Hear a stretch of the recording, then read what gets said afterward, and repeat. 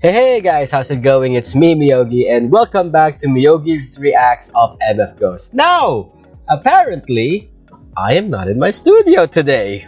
It's because I have to do some maintenance here. It's a holiday here in the Philippines, so I decided to bring the review with me. Because it's gonna take a long while. Brakes, oil change, the entire A to Z of repair for my car. So, to spend the time, and also to make up for last week, I am going to review episode 8 and 9 back to back of our latest season episode of MF Ghost.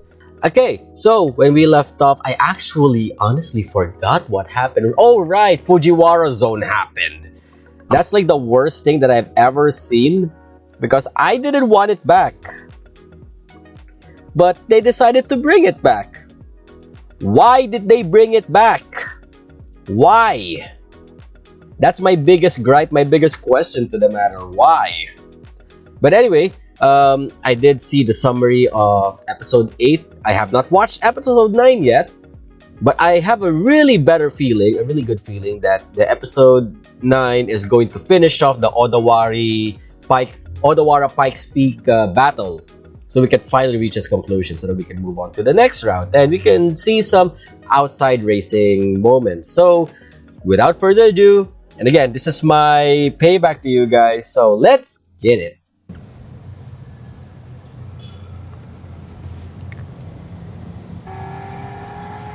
Okay, we got... Oh yeah, I forgot, Shun Aiba is now on a three-way.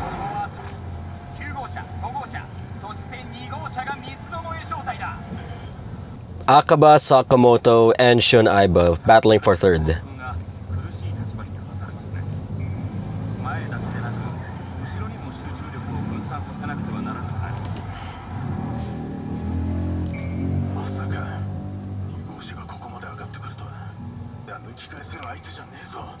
Yeah, to be fair, to be honest, Sakamoto is right. Because I was about to forget the one who was voiced by Junichi Sawabe. Akaba, there we go. Akaba here has been doing really, really good. He was like on the bottom, like closer to the 10th place when he started, and now he is up there on 5th. 5th, that one, 4th Sakamoto, 3rd is Aiba. So yeah, his progress is actually outstanding. And again, I wish and I hope this is not a bias to Ferrari.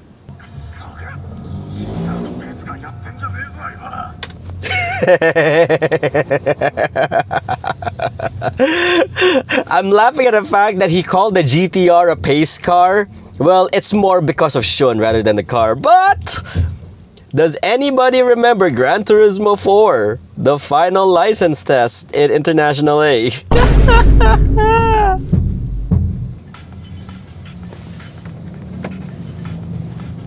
Oh, Kanata's way far back.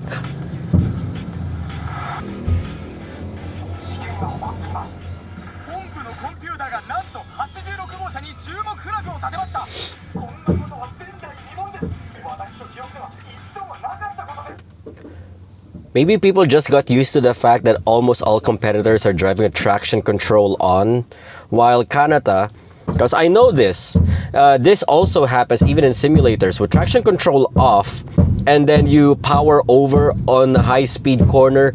Yeah, the rear tail.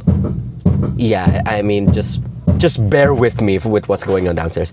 The rear tail really does tend to slide out even on low-powered vehicles due to the lack of traction, or more like the traction is already focused too much on the front, so the rear tail spins out. Spins out in the sense that for Kanata's case, it's a good thing. Well, there was always the argument that drift is faster than grip, but I don't know, we also know that Tsuchiya debunks that, saying drift is the fun way around the corner, not necessarily the fastest way. Because there are instances where gripping is the faster way around drifting. So it's a case-per-case basis. But I will admit, it is fun to drift around the corner.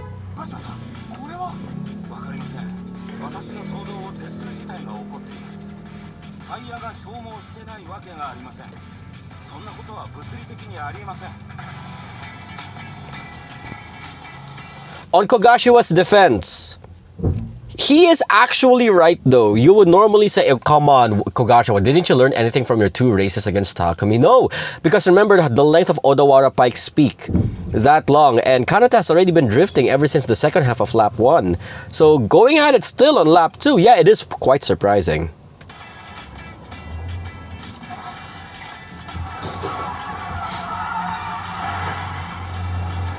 That was a Gear 2 corner?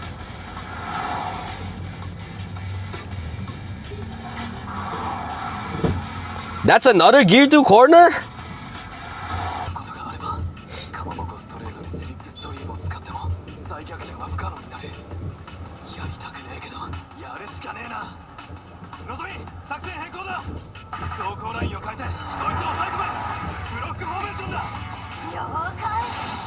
Too late for that.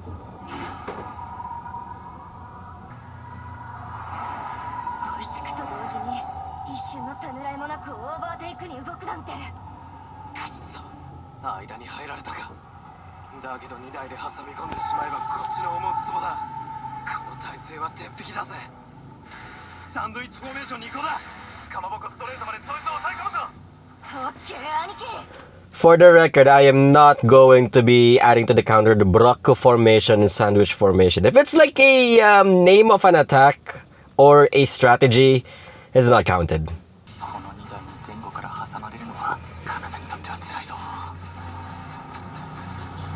Against the Exige, no doubt.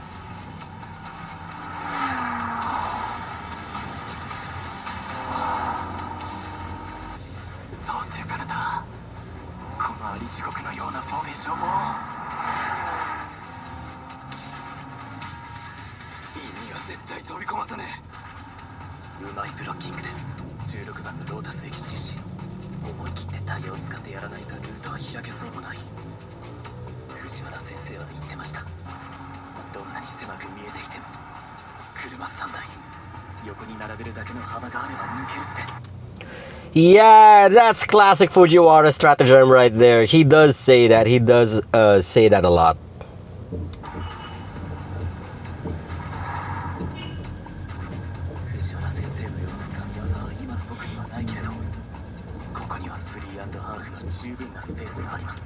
Okay, now that I'm adding in. 3.5. Yeah. I miss doing the Japanglish counter.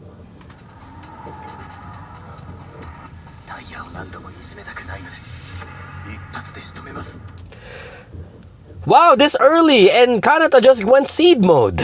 What are the odds? Even Kakeru's on seed mode.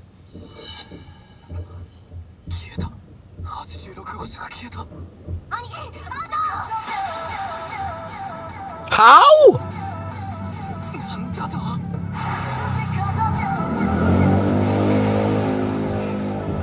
They cut the scene or angled the scene in a right way where we see it in Kakeru's perspective that the 86 GT just disappeared. I'm sure that's gonna be answered later in the momentary flashback. Yeah, there we go. There's the BS that we've been seeing. No, that is not theoretically possible, or more like realistically possible. To swerve from that to the left, to feint, do a feint on the left and then go to the right immediately while on a corner. While on a corner, mind you. That is impossible, but then again, this is a work of fiction, so it's just overly exaggerated feint attacks.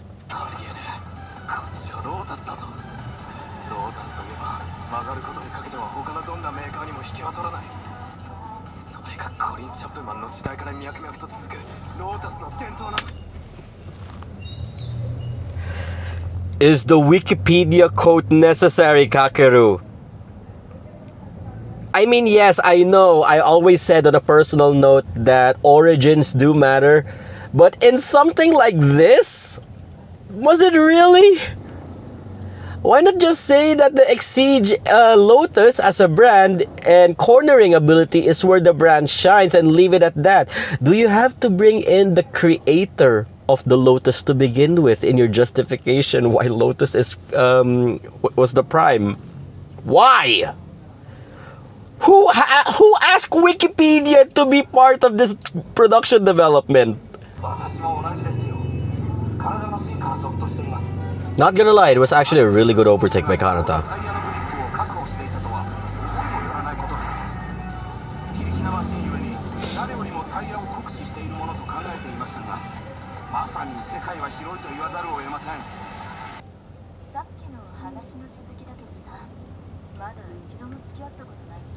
Oh my god, this again? Again, why is this a plot point for Ren? Why?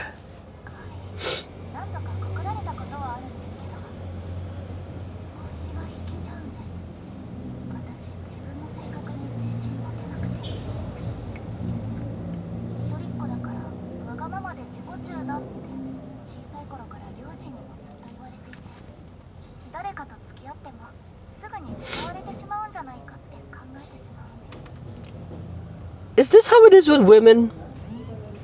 Really, is this how it is with women? I mean, I'm an only child and all, but it's more on the upbringing that makes the only child be selfish or selfless, self-centered or outgoingly open. If anything, Ren shouldn't be blaming herself. She should be blaming her parents for raising her wrong. But who am I kidding? What do I know about parenthood?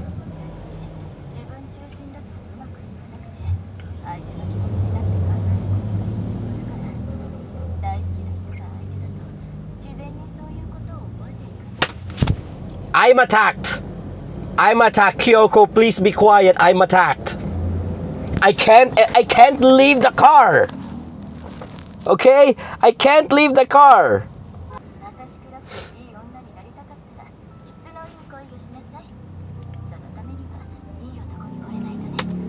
Easy for you to say, Kyoko. Until now, you don't have a partner here. Oh god, of course. Of course.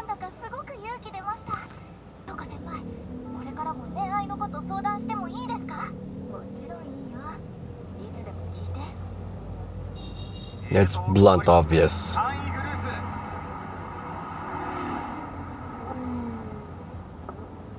I don't know about that though.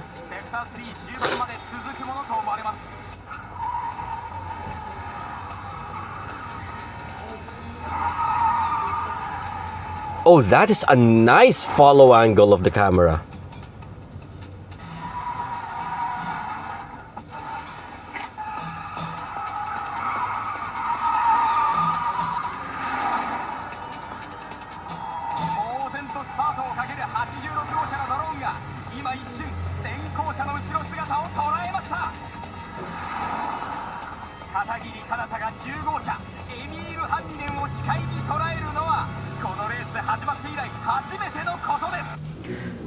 Okay, so it's an LC500 Lexus. I was thinking it was an RCF or the RC concept. My bad, my bad. Finally, we get the screen time of the Lexus.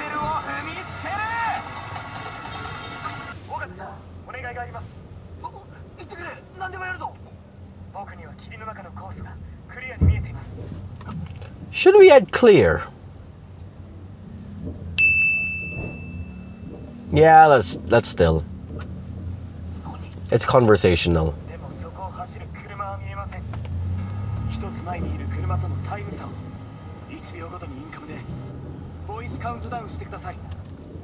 Voice countdown. Yeah, adding that in. It's great to see the counter have some movement.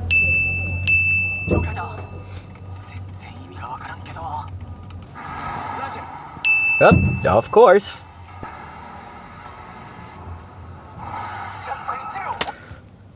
Nope. That is not Fujiwara zone. No. It's just a light trail. It's just a light trail. Get it over yourself, Myogi. Calm down. Oh, is that a bad omen?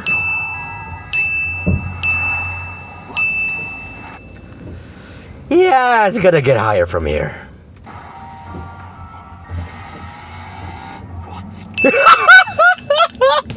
What? Oh, I forgot Ihainen is not Japanese or part Japanese. I forgot.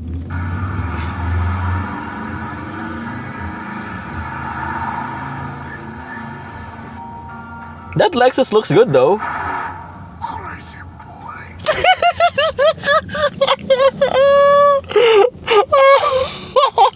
Crazy boy. Oh, that was rich. That was rich.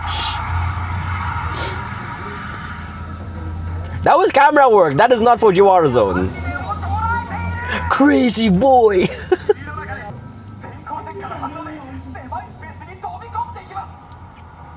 That's close enough to be a gutter run.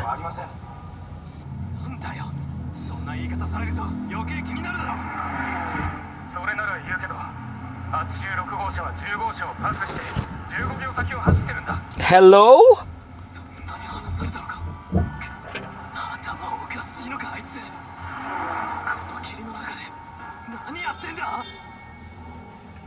Magic?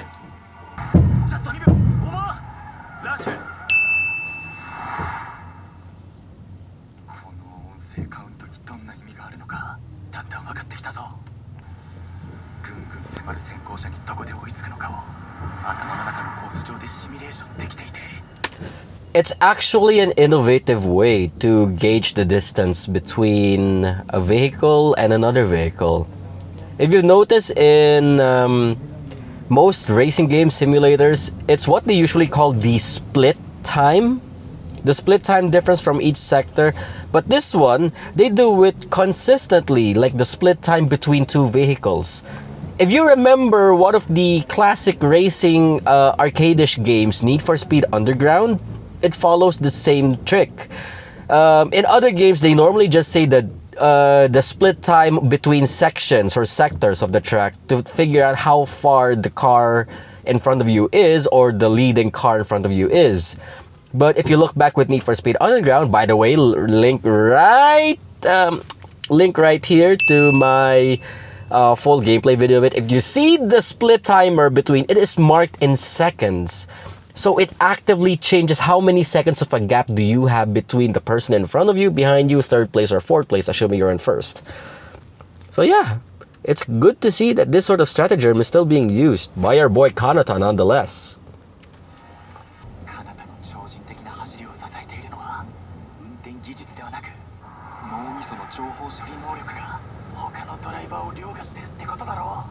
Ogata, are you actually telling us that Kanata is the fusion baby of Ryosuke and Takumi? Let's not look back on those yaois.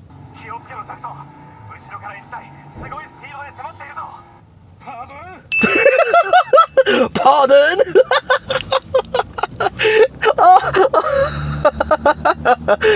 I'm sorry.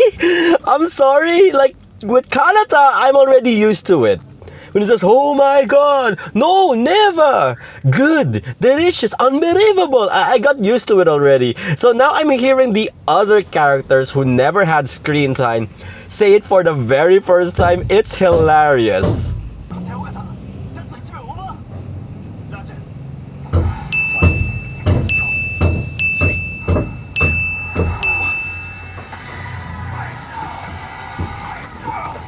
What? Whoa! Sorry, I can't mimic Jackson Taylor's whoa with me coughing my way. Oh.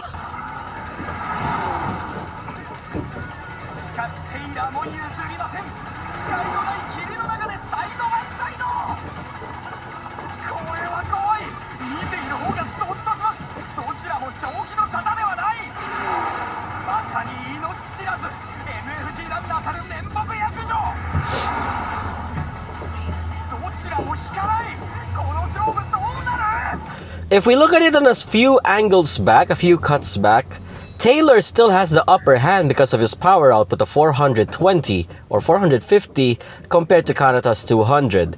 But at the same time, Kanata is keeping it on the higher revs to maintain his cornering speeds to keep up with Jackson Taylor's Carrera GTS. So Normally, by realistic standards, it isn't fair game and Taylor should already have the lead by then, even on those small spurts of corners.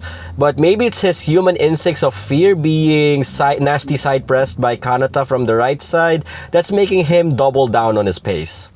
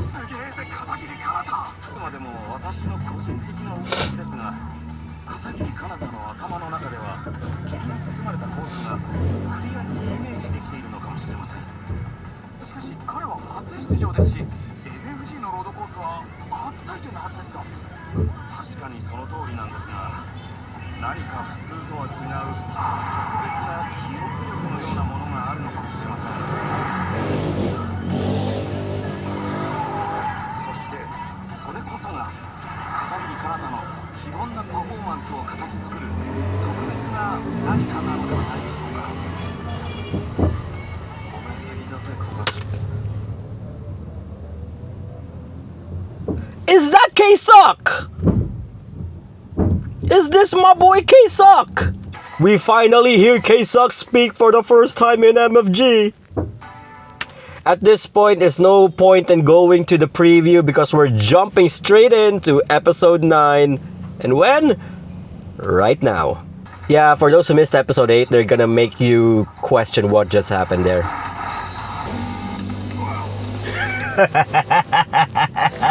It's funnier the second time. Whoa! Of course.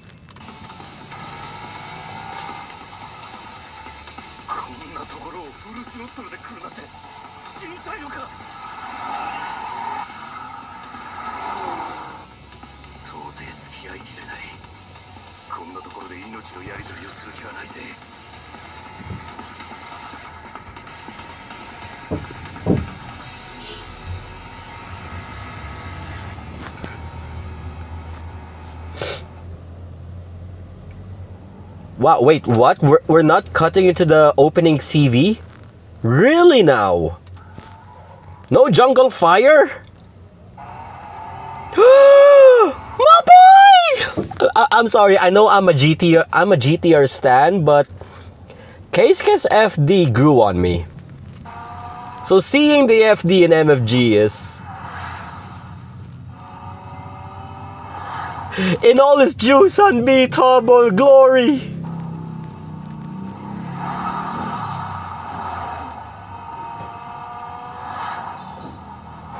Does it still have the plate number? 8-301. Is that the same plate number in Initial D Legend? In case I am dumb, I'm actually leaving the screenshot of it from Initial D Legend series. Oh, DFD. Hot.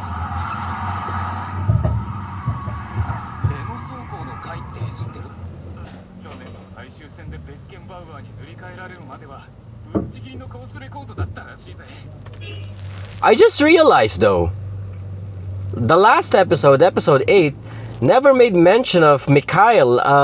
What's his name again?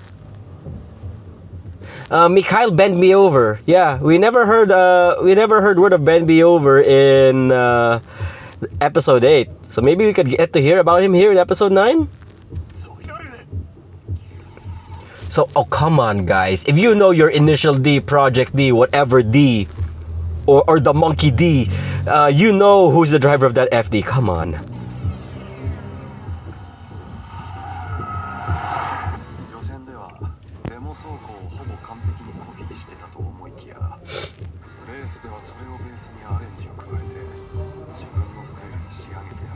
Yeah, that's the same thing you said last episode, K-Suck. Down to the smart kid part.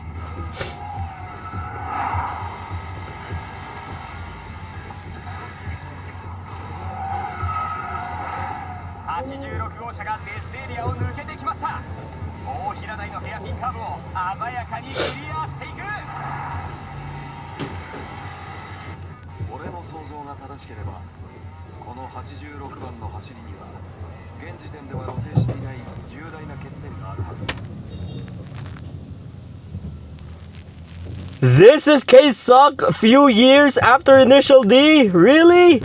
I mean, given, compared to the manga version, which is this, the anime version really maintained his eyes. Oh, you know, those sharp-cornered eyes that K-Suck was known for. But his hair, man. I can't believe he maintained the blondness of his hair. We know it's fake blonde, not natural blonde, because of him during his delinquent days. So he actually kept it as his trademark. I'm surprised. Though I'm really not feeling the beard though. I know they did it to show that K-Suck here is actually much older, but I'm honestly not feeling the beard. Goatee probably, but no, that speaks more of blonde Kiryu.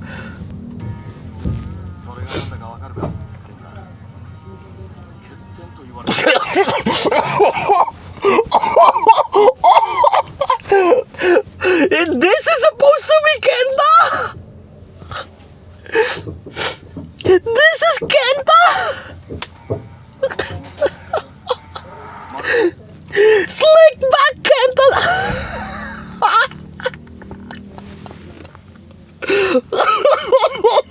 God, my sides. Oh wait, he said acrobatic.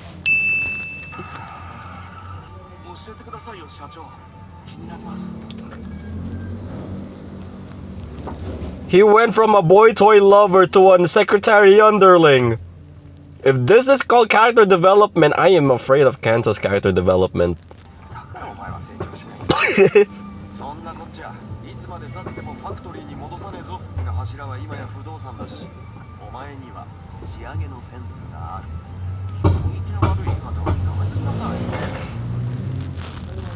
Just face the facts, Kenta, with your slick back hair and how you look like you basically look like a lone shark Yakuza at this point.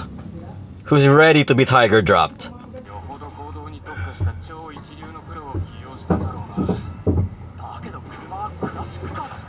Oh god, that FD is hot.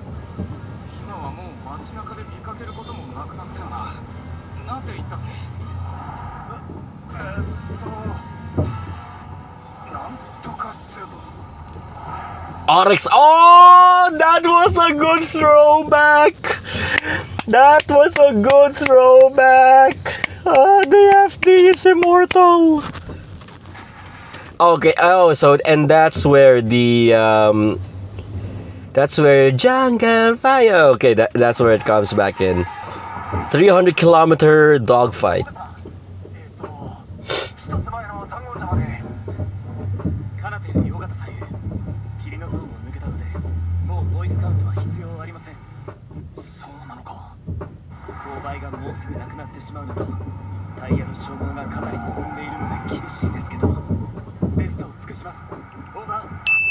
Then stop drifting, you dolt, and preserve your tires until the end.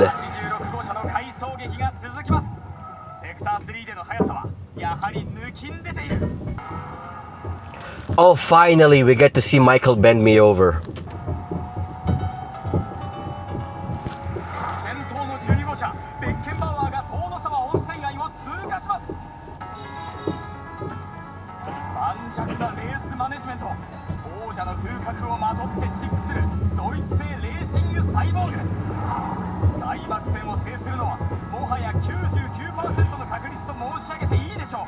"99%? Are you kidding me?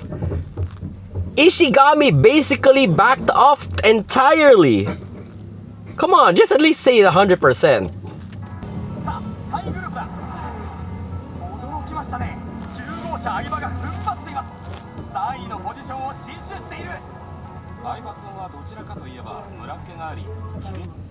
No, Kai, no.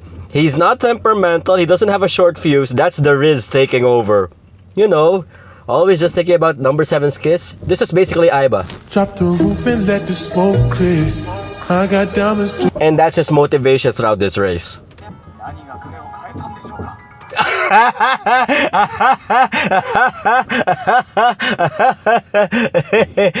We don't talk about that here.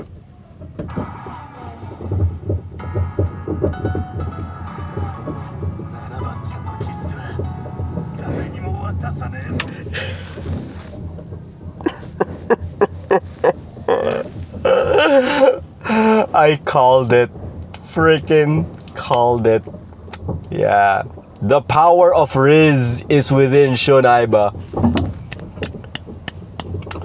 Props to you, my good sir. Props to you.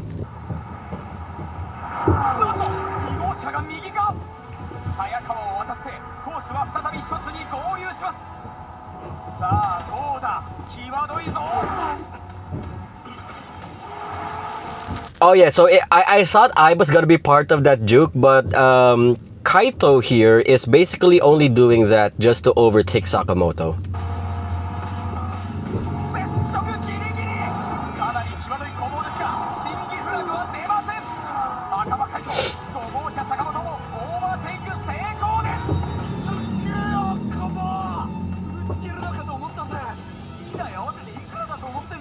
Yeah, definitely.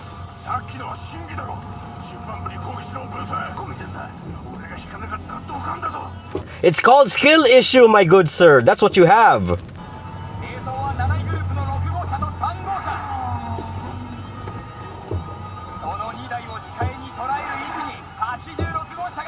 How?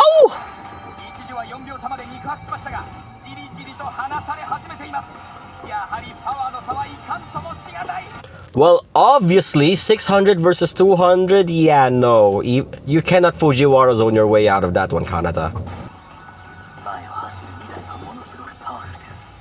I heard powerful.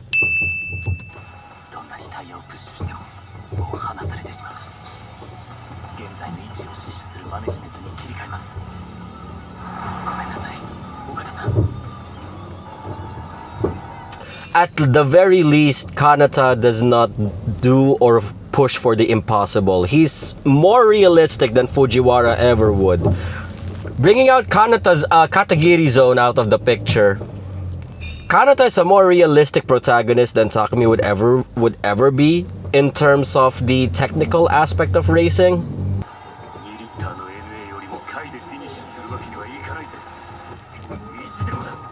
Yeah, from what we're seeing here, Kanata's final rival for the first race is none other than Jackson Taylor's 450 horsepower Carrera GTS. It's different, by the way, from the Porsche 911 of Fujin Ishigami, aside from the color. See, if we put the two cars side by side here, the Carrera GTS is basically close to the base model for Porsche 911, while Ishigami's Porsche 911 GT3 right here is more like a racing upgrade. To put it on simpler terms, think of Jackson Taylor in a regular Honda Civic, and Fujin Ishigami is in a Civic Type R. They're the same car, but they are tuned and made differently right off the factory line. Just some food for thought for those who are not familiar with Porsches, thinking all Porsche 911s are the same and all are fast. Here we go, the long straight.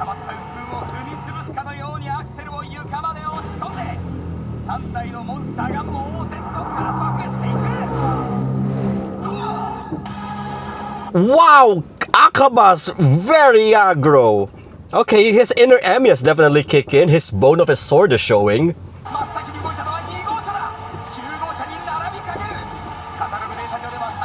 His V8 twin turbo was the most powerful engine in the trio. Yeah, actually. 650 versus 620 of the Audi, I think, or was it like 600 flat? And the GTR 35 here is the lowest of the trio, aside from being just the V6 twin turbo. The GTR is just at 580, 590, 595 on a better day.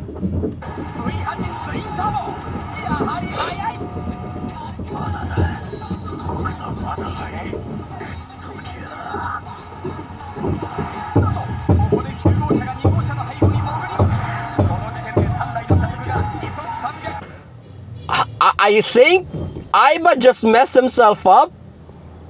What he could have done though was fake Sakamoto to join the slipstream and then block his said slipstream. That could have, forced Sakamoto to punch on the brakes if he is that careful.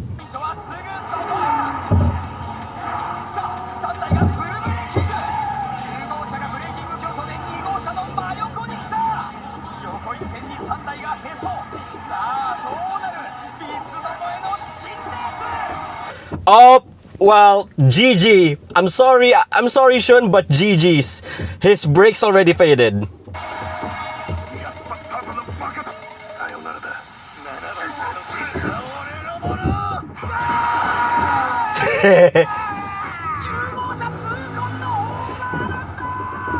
Okay, time for technical talk. Why did Shun Aiba's GTR overshot here? If we trail it back a few notches, do note that all of them, they braked at the same time. Now, it's hard for you to tell it on the manga because it's just still images.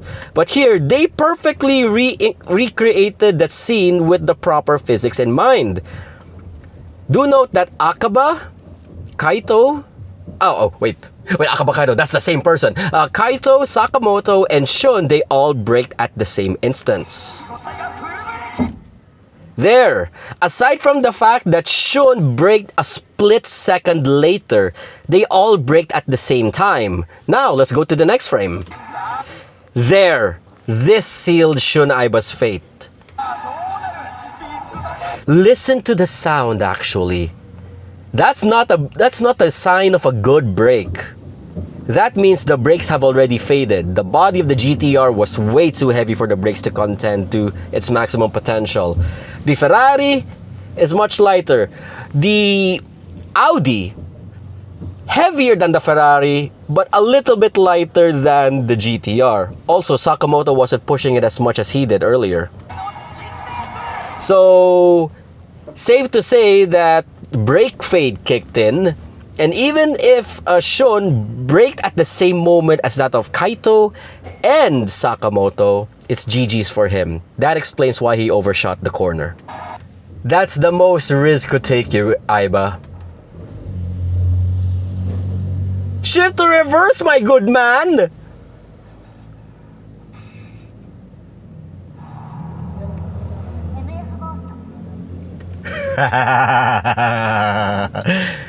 the sarcasm in that flash cut.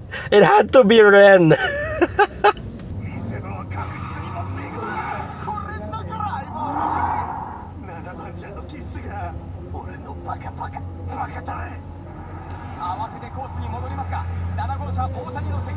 He riz too much, my dudes.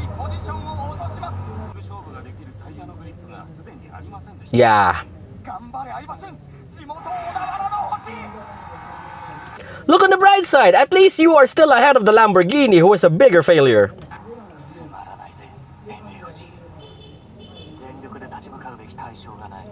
Way too early to make a judgment there, bend me over.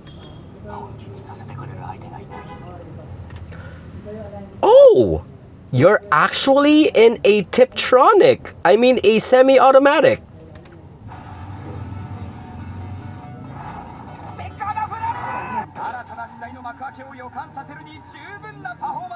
Definitely.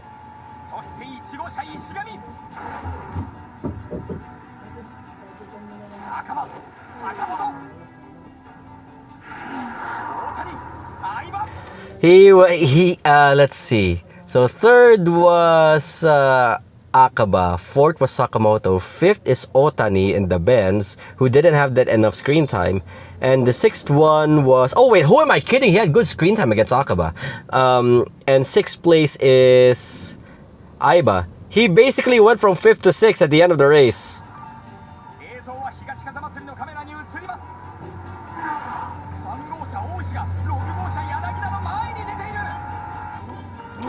Why are you happy, my dude? Why are you happy beating a Bimmer? Wait, how strong is the M6? I honestly have no idea. When it comes to Bimmers, the most that I'm focused on is the E92 M3, which is at 400 flat. Ah, of course, right, Taylor. That smug face means he can do it.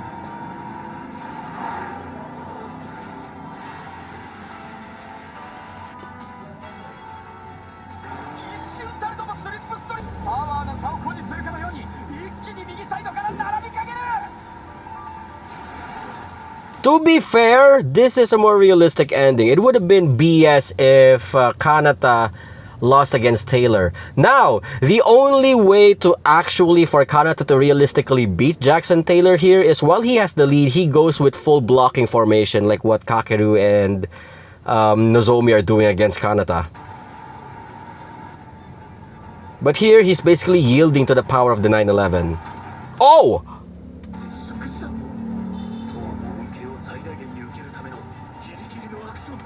Was that intentional? And also, speaking of which...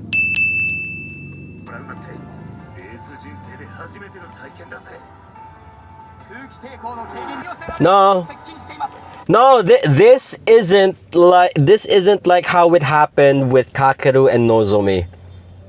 The reason why the slipstream worked against the Exige and the Alfa Romeo is because the power difference is slightly closer. 200 horsepowered 86 GT against a 240 horsepowered Alfa and a 340 horsepowered Lotus. That's more believable and it makes the slipstream effective. But putting a 200 horsepowered 86 GT against a 450 horsepowered Porsche 911, yeah, no, slipstream could only take you so far. The power of the 911 Carrera would still be more than enough to make sure the 86 does not catch up despite the slipstream.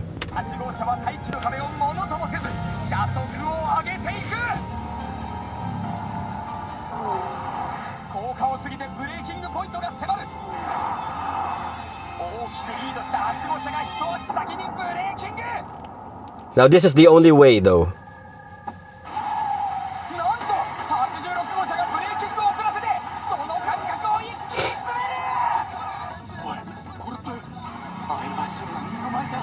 Yeah, now that I think about it, it is the same. Look, there's a similarity between how Aiba's positioning happened with Kanata's positioning happened, though for different reasons. Aiba Shun lost braking and tire wear, had a lot of tire wear for that matter, because he was too aggressive on corners.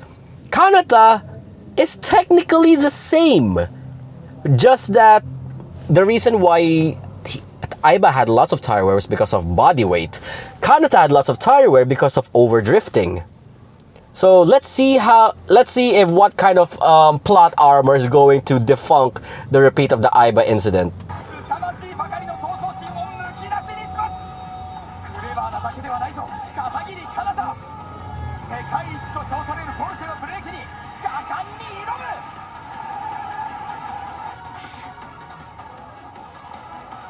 Oh, downshift. Okay. Downshift to gear 3. I'm seeing a little bit a detail here that the brake fade and the tire fade would actually help Kanata get the lead over Taylor's 911. The problem though is the exit of the corner, so let's see.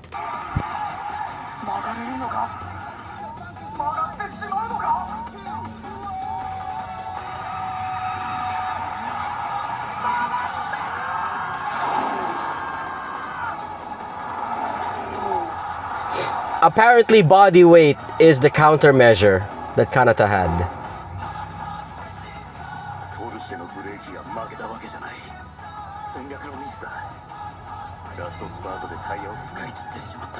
Did you now?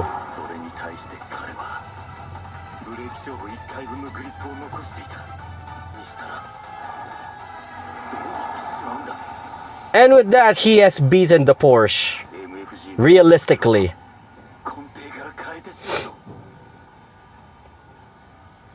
That was realistically a believable way to contend with the power difference.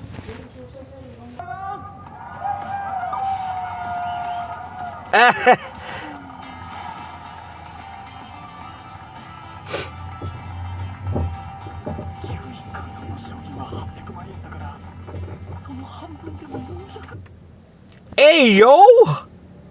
There's benefits for placing that low?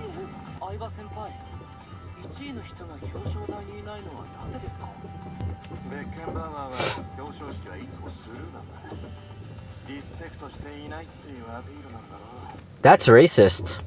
That's racist coming from Michael Bend Me Over.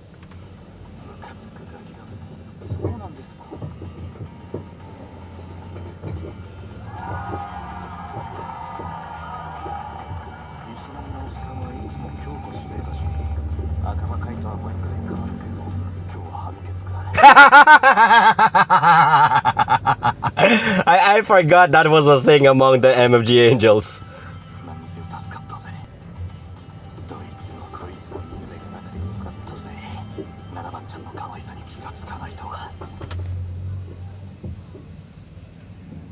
Are you sure about that? Yep, my boy John Cena just proves the Shun Aiba statement is gonna go down the drain.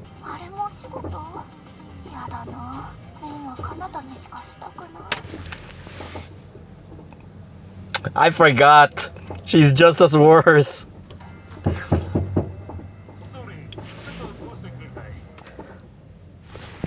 Taylor's really racking up the points here.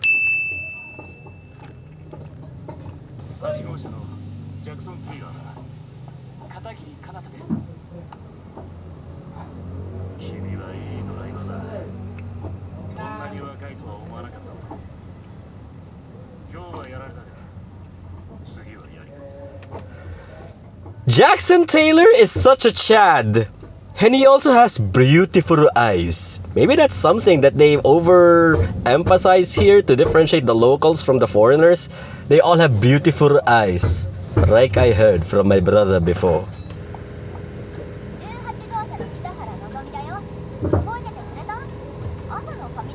Oh wait, I'm seeing something here. So I got Okada, the witness, Shun Aiba, the third wheel, and Ren, who has a house for Kanata. Oh no, oh no.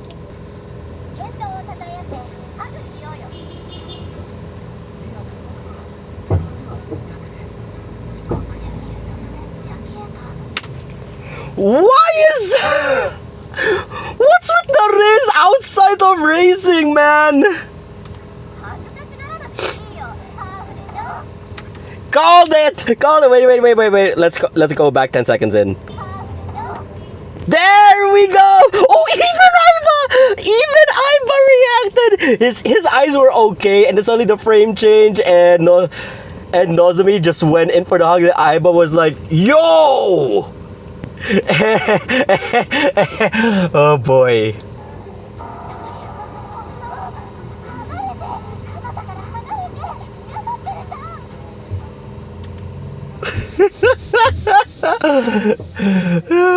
I wish we had a Nozomi in our lives, guys.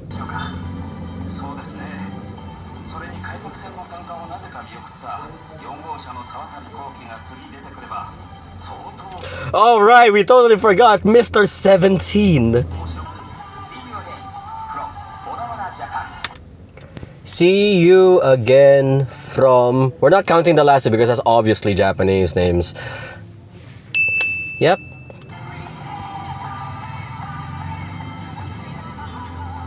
Oh wow, the cars have their own trailers. Nice.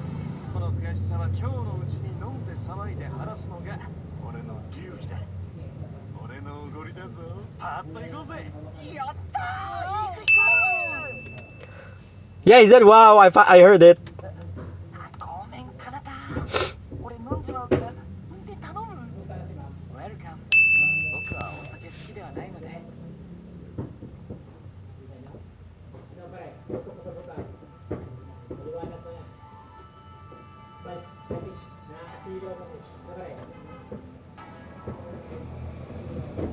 Oh, he's getting attached to the 8.6 now.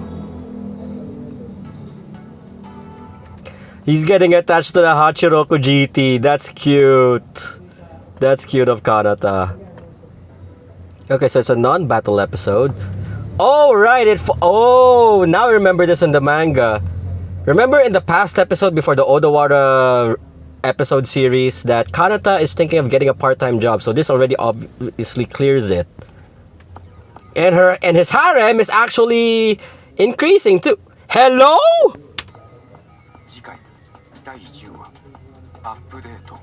Did I read that right? Spiral Zero. So we're getting throwbacks of characters from the initial D series.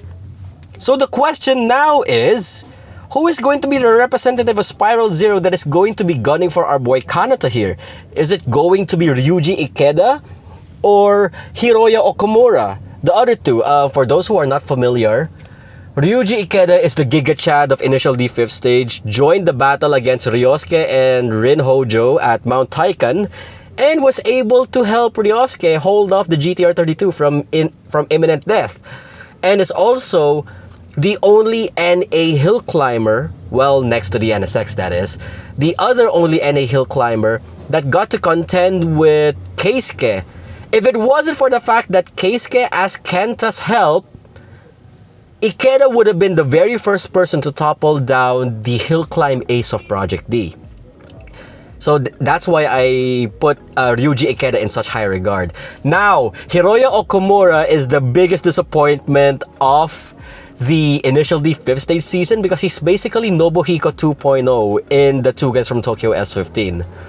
Because his S15 never lasted until the first few hairpins of Hakone Nanamagari. And that's the only thing I remember about him. So I would be damned if Okumura is the one who's going to be having more screen time in MF Ghost to make up for the humiliation that he was in Initial D 5th stage. But I would actually prefer it if Ryuji Ikeda would be the one to talk some sense into the tuning culture because he is the head of Team Spiral Zero. So next episode would at least be another throwback that is going to be very exciting. So let's do a bit of a recap here. So we didn't see much of Mikhail Bend Me Over. He was not that relevant to this point because the action was focused on two parties. One is Shun Aiba against Kaito Akaba and Sakamoto against the Ferrari, against the Audi. While with Kanata, it's his blitzering pace which ended up being an overall duel against Jackson Taylor. So it's an Englishman and an Englishman one-on-one. Basically just one's lighter with plot armor while the other one is older with just a bandage on his nose. Everybody else just became irrelevant. The Lamborghini got irrelevant. The Yajikita twins got irrelevant. The Civic got irrelevant. Oh wait, backtrack on that. Nozomi did not stay irrelevant for long because she got first dibs on that Katagiri body. Sorry, Ren. Also, a lot of technical points. So apologies for those who have been watching who wonder like, Myogi, why do you keep cutting at the very exact moment? It's because I have to explain the logic to non-car junkies out there. Be it a gamer, be it non-gamers or non-car enthusiasts, they need to understand what really is going on here.